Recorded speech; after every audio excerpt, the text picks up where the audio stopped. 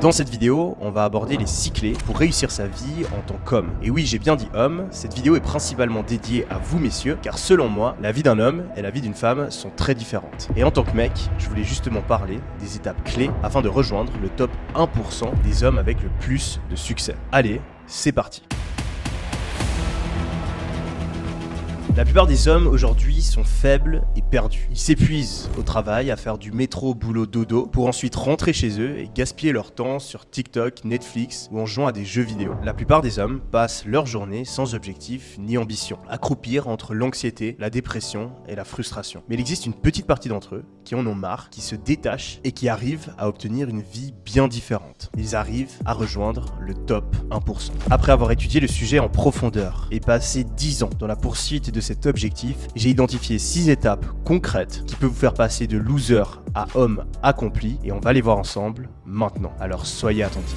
La première clé, c'est d'être à l'aise avec sa masculinité. Car oui, les hommes et les femmes ne sont pas identiques. En moyenne, les hommes ont plus de force, les femmes ont plus de compassion. Les hommes sont plus intéressés par les objets, par l'argent. Les femmes sont plus intéressées par les relations sociales, les gens. Bien sûr, il existe des exceptions. On parle bien de moyenne. Certaines femmes sont super fortes physiquement et certains hommes sont extrêmement sensibles. Mais cela ne change rien au fait qu'il existe bel et bien des différences physiques et mentales majeures entre les hommes et les femmes. Et ça, c'est démontré par la science. Pourtant, aujourd'hui, une grosse partie de la société cherche à nous convaincre du contraire. Certains vont clamer haut et fort que l'on peut changer de sexe ou de genre à notre guise, simplement parce qu'on le décide. Au Canada, une loi est carrément passée pour rendre criminel le fait de ne pas vouloir appeler quelqu'un par le pronom personnel qu'il a choisi. Certains argumentent que les hommes et les femmes devraient avoir exactement les mêmes rôles, les mêmes emplois, les mêmes diplômes dans les exactes mêmes proportions. Et ces mêmes personnes essayent donc de gommer, d'effacer toutes les différences qu'il y a entre les sexes. Ils vont masculiniser les femmes et féminiser les hommes, souvent même en essayant de leur faire avoir honte de leur virilité. On se moque des hommes qui vont à la salle et qui veulent être musclés. On dit que les hommes confiants sont arrogants, qu'ils font du mansplaining. On dit que les hommes ambitieux sont immatures. On dit que les hommes qui aiment les belles voitures sont matérialistes. Et à force d'entendre ça tous les jours, de le voir dans les médias, les films, à l'école et dans les réseaux sociaux, eh bien la plupart des hommes sont perdus. Car on ressent certaines choses à l'intérieur, mais la société est en train de nous dire que c'est quelque chose de mauvais. Et tout ça, je pense que c'est une énorme connerie. Les hommes et les femmes sont égaux, mais ils sont différents. Et si vous voulez devenir un homme accompli et rejoindre le top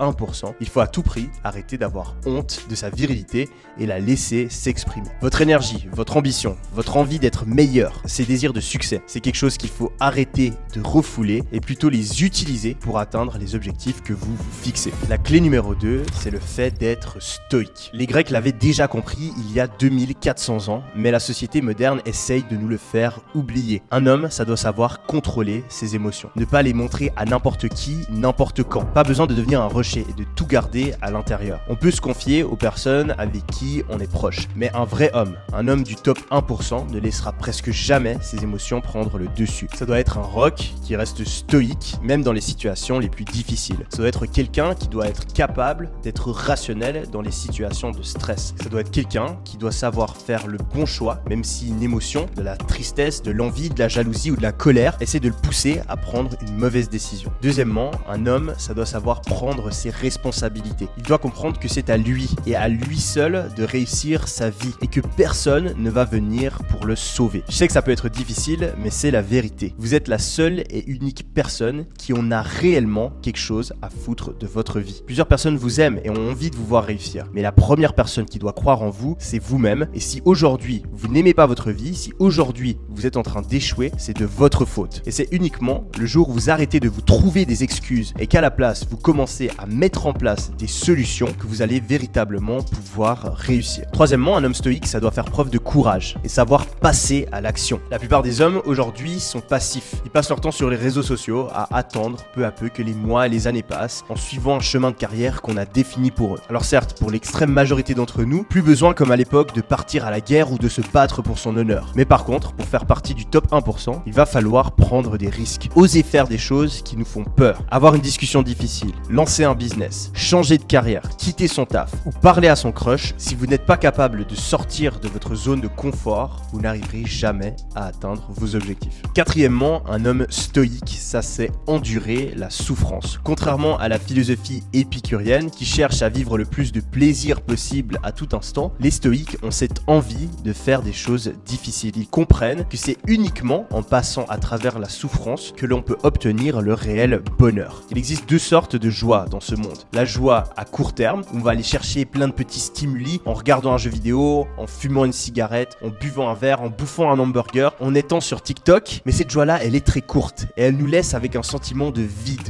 de honte, de frustration. Et il existe la deuxième joie, celle à long terme, qui va nous demander des sacrifices, qui va nous demander de la discipline, mais qui va nous faire nous sentir accomplis et nous récompenser avec un profond bonheur. Et c'est cette deuxième source de joie qu'il faut à tout prix privilégier. Cette philosophie stoïque, j'ai eu la chance de l'apprendre très tôt à travers mon père qui m'a éduqué à l'africaine et qui m'a toujours forcé à faire les choses difficiles. Plus tard, une des meilleures décisions que j'ai prises dans ma vie, c'est d'aller faire l'armée et de rejoindre les forces spéciales suisses pendant 8 mois. Ça m'a montré à quel point on pouvait se sentir accompli et redonner des responsabilités et des objectifs dans ma vie. Malheureusement, aujourd'hui, la plupart des hommes ne font pas l'armée. Ils n'ont pas cette période difficile dans leur vie qui les forme pour plus tard. Et c'est donc à vous, maintenant, de vous challenger. Que ce soit à travers le sport, le business, les études, votre carrière ou un de vos hobbies, je vous invite à vous fixer des objectifs ambitieux et à souffrir pour les atteindre. Car la confiance en vous que vous allez développer, l'état d'esprit stoïque que vous allez avoir, et ben c'est ça qui va vous permettre de devenir un vrai homme.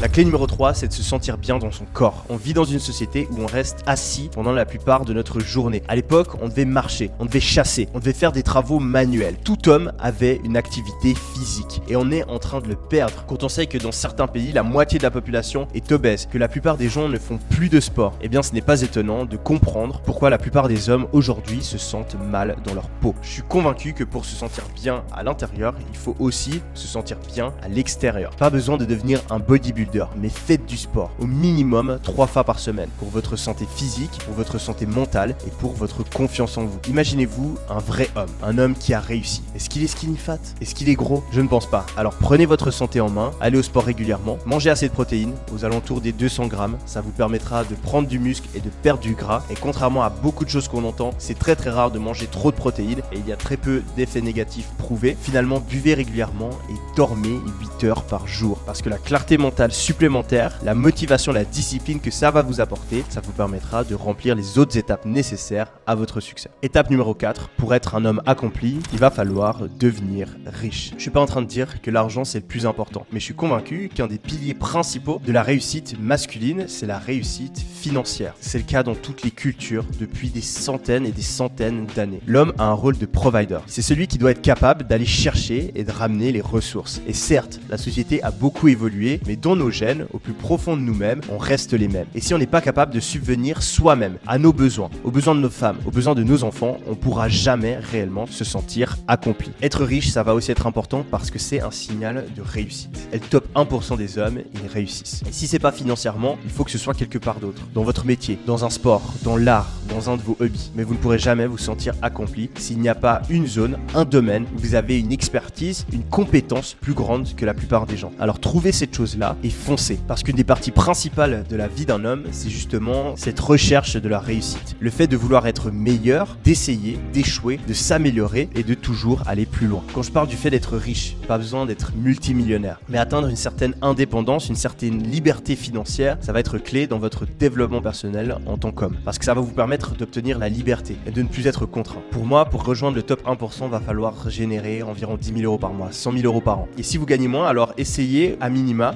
de dégager des conditions de travail qui sont idéales. Que vous ayez une certaine liberté temporaire, la possibilité de prendre des vacances, de poser des congés, de pouvoir décider de vos horaires de travail. Une certaine liberté géographique, le fait peut-être de pouvoir travailler depuis chez vous ou bien depuis n'importe quel pays. Car à ce moment-là, même si vous gagnez moins d'argent, vous aurez quand même cette indépendance qui est nécessaire pour se sentir bien dans sa peau en tant qu'homme. Clé numéro 5, ça va être le fait d'être à l'aise avec les femmes. On va pas se mentir, les femmes ont un des rôles, si ce n'est le rôle le plus important dans la vie d'un homme. Tous les jours, des centaines de millions d'hommes vont à la salle pour les femmes. Travaillent comme des acharnés pour gagner de l'argent pour pouvoir trouver une femme. Apprennent à danser, à cuisiner, à faire des cocktails, deviennent DJ pour pouvoir impressionner les femmes. Poursuivent une certaine carrière, lancent un business pour les femmes. Et malheureusement, on a aujourd'hui toute une génération qui grandit, qui passe l'âge de la vingtaine sans jamais avoir de relations sexuelles, ou pire encore, sans jamais avoir d'intimité ni même d'interaction avec le sexe opposé. Ce serait donc oublier une étape principale de la vie d'un homme que de ne pas parler de sa relation avec le sexe opposé. Par rapport à ça, les hommes ont des préférences différentes. Certains vont vouloir enchaîner les conquêtes et d'autres se mettre en couple. Mais dans tous les cas, ça va être important d'avoir du choix afin de ne pas se retrouver enfermé dans une relation qu'on n'aime pas, tout simplement parce qu'on a peur de ne pas pouvoir retrouver quelqu'un. Et malheureusement, c'est le cas pour beaucoup d'hommes aujourd'hui. Du coup, il va falloir remplir les étapes d'avant, gagner plus d'argent, faire attention à son physique, avoir une mentalité stoïque, être viril, être masculin. Toutes ces choses-là, ça va automatiquement vous faire avoir plus de succès avec le sexe opposé. Mais souvent, ça ne suffit pas. En plus de ça, il va falloir oser parler aux femmes et se mettre dans des situations où vous pouvez en rencontrer. Il va falloir comprendre les bases de la séduction et de la psychologie féminine. Et pour ça, il existe plein de vidéos sur YouTube et de livres sur Amazon. Il va aussi falloir stopper ou fortement réduire cette addiction à la pornographie qu'ont beaucoup d'hommes aujourd'hui. Car la pornographie et la masturbation, ça signale faussement à votre cerveau que vous avez eu une relation sexuelle. Et ça retire justement toute cette motivation, toute cette énergie qui va vous permettre de vous améliorer dans tous les domaines de votre vie et de justement faire le nécessaire pour avoir du succès avec le sexe opposé. Messieurs, imaginez une seconde la motivation supplémentaire que vous auriez si vous n'aviez jamais regardé de contenu pornographique.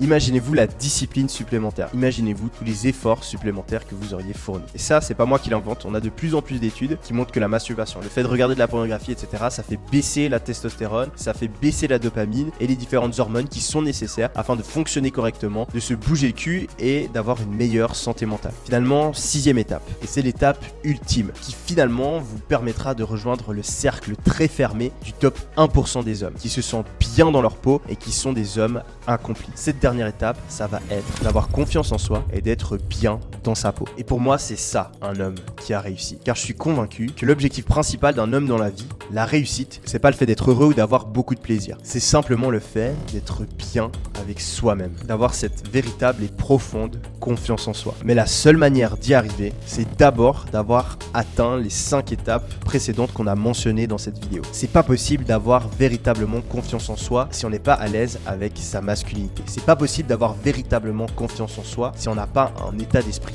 fort et stoïque. C'est pas possible d'avoir véritablement confiance en soi si on se sent mal dans notre corps. C'est pas possible d'avoir véritablement confiance en soi si on n'a pas atteint la réussite financière ou dans un autre domaine de notre vie. C'est pas possible d'avoir véritablement confiance en soi si on n'arrive pas à séduire une femme ou à trouver la femme de notre vie. Mais ça ne suffit pas non plus d'avoir rempli ces 5 étapes. En effet, il existe des superstars, des présidents, des milliardaires qui sont profondément mal dans leur peau parce qu'ils se sont uniquement concentrés sur ces 5 premières étapes et ils ont négligé la dernière qui consiste à confronter ces démons. Une fois que vous avez ces 5 étapes en place, vous allez devoir aller chercher au plus profond de vous-même quelles sont les dernières choses qui vous empêchent d'atteindre votre confiance en soi. Il va falloir confronter ces cycles de pensée négatifs que vous avez potentiellement développés depuis votre enfance, qui vous disent que vous n'êtes pas à la hauteur, que quelque chose de grave va se passer dans le futur, ou qu'il vous faut absolument atteindre ce prochain objectif sans quoi vous ne seriez jamais assez. Il va falloir confronter ces cycles de pensée et les changer. Il va falloir s'attaquer à ces pensées négatives, ces pensées dépressives, ces pensées anxieuses, et ça va aussi être important de potentiellement supprimer des relations toxiques que vous avez avec certaines de votre entourage. Si vous avez rempli ces 5 premières étapes et que vous n'avez toujours pas développé cette profonde confiance en soi, cette profonde paix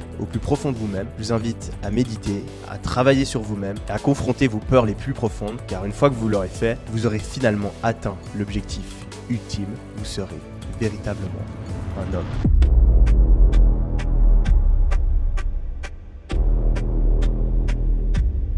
C'est une vidéo très différente de celle qu'on a l'habitude de faire sur la chaîne, mais c'est un message que je voulais apporter. J'espère qu'elle vous a plu et je vous invite à mettre un like si c'est le cas, car ça me montrera que ça vous plaît et j'essaierai donc de faire plus de vidéos similaires. C'était Yomi, allez ciao.